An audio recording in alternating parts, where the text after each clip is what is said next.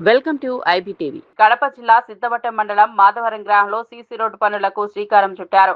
Rajampet TDP వాణిజ్య ప్రతినిధి చలపాటి చంద్ర టెంకాయ కొట్టి పనులను ప్రారంభించారు. ఈ సందర్భంగా మాట్లాడుతూ కూటమి ప్రభుత్వం రాష్ట్ర వ్యాప్తంగా ప్రజా సౌకర్యాల మెరుగుదల కోసం సీసీ రోడ్ల నిర్మాణాన్ని ప్రతిష్టాత్మకంగా చేపడుతోందని చెప్పారు.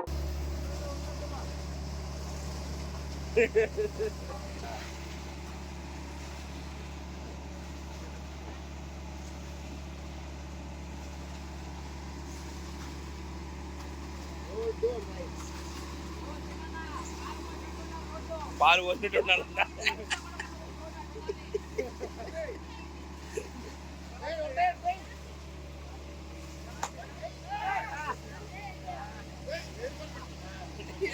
కాదు గడగడ తిప్పిండే